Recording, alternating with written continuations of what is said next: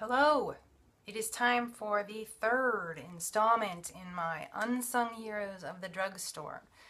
These may end up being uploaded in the wrong order because I'm having trouble with the second video, which was blushes, bronzers, and highlights. So this one may end up being uploaded before that one. This one is I don't have a whole lot of stuff for this one. I think it's because I just don't have a lot of luck with drugstore eye products. Even some of the ones that I have here are not, I'm not super excited about, but they're good for drugstore products. Some of them are pretty awesome though, so I'll let you know where they fall on that scale, whether they're legitimately awesome or they're good for drugstore. I tend to go for more high-end stuff for eyes. Lots of face products that I love from the drugstore, lots of lip products I love from the drugstore, but I don't have a lot that I love from the drugstore for eyes. So there's my disclaimer. So this will probably be the shortest of the 4 videos. Who knows, maybe I'll figure out a 5th category. Let's start with the one that I am legitimately excited about. This one is a cream liner product from Physicians Formula, and it comes in this little stack. They have several different flavors. I have the, which one is this? This is, I don't know. I think this one was for brown eyes? I don't know. They've got shimmer ones and then they've got matte ones. This is one of the matte ones. This comes in black, brown, and purple. And each one of these little pots has, a little tiny pot of liner. I find these incredibly pigmented, incredibly easy to work with, good lasting power, really reasonably priced. I think $8.99 for 3 cream eyeliners and a really decent brush. I think this is the brush that it came with. It may have been a different brush, but I know that when I opened it up and used the brush that it came with, I was super impressed. Like I said, I think this is it, although this might be one I got with the Maybelline. So yes, highly recommend this product. It's really good. And another one that I think is really awesome is brand new, and I know this is an Unsung Heroes of the Drugstore, and because this is so new, it may yet become a sung hero. But it's not sung yet, so I'm going to talk about it. It's the Fergie Wet n Wild eyeshadow palette, Centerstage collection. This one is in Milano. I'm actually wearing it today. I did this look, and I did this look hours ago, and it has held up really well. I feel like this is a look I could have very easily made with the Urban Decay Naked 3 palette. Although this isn't as rose gold as that palette, it does have some copper and some gold in it. But really good pigmentation, blendable. I mean, I've had more blendable eyeshadows, but not from the drugstore. This took a little bit more work than an Urban Decay shadow, but it really turned out well. I think for this look that I did today, I used these 2 matte palettes mixed together and on their own, and I used this color here, which is a legit rose gold color, all over the lid, and then this one right next to it in the outer corner, and then I lined it with this really dark brown top and bottom, and then on the bottom I smudged it out with these 2 blended together again, and I really like the way that it turned out, and it has held up, and really nice. And this was $6.99. It was $1 off. It's normally $7.99. But yeah, super impressed with that too. And then I have 2 more that I'm really impressed with, and then I'll just cover the few that are good for what they are but aren't spectacular.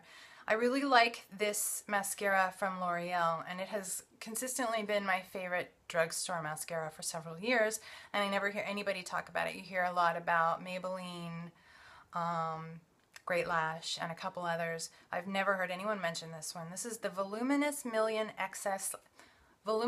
Lashes Excess, and it comes in a red tube, and it's volumizing, and it doesn't clump. You get really nice separation, but a nice thick soft look. The brush works well for my lower lashes too.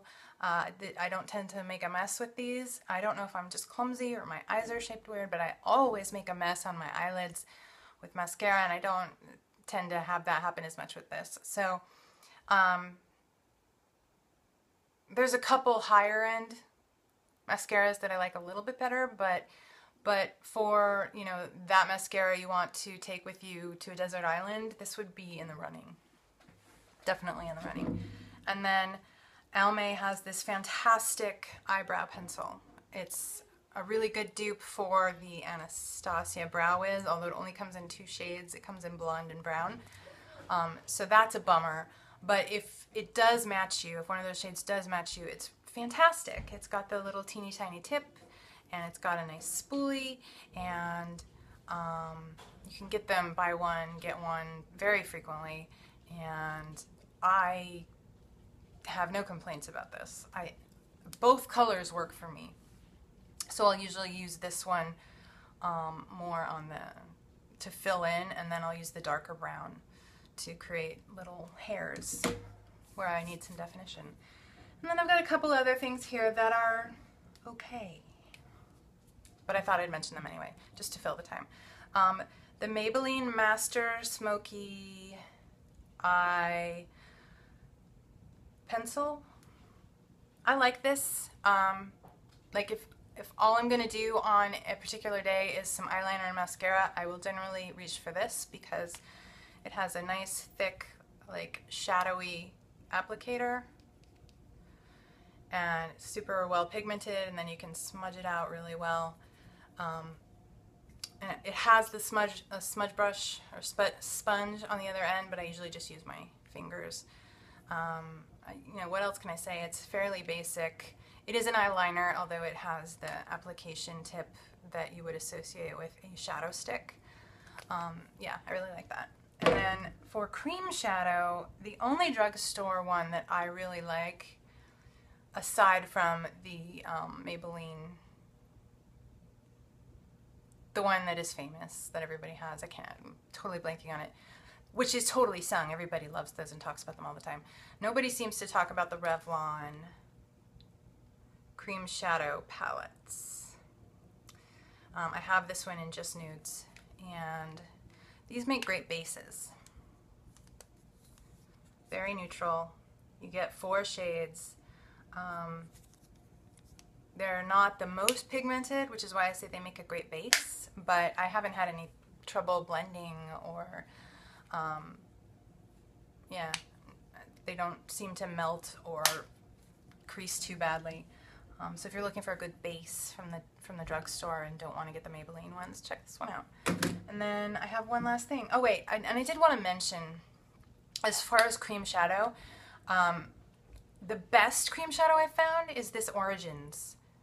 The Origins, what are they called? Ginseng cream shadows.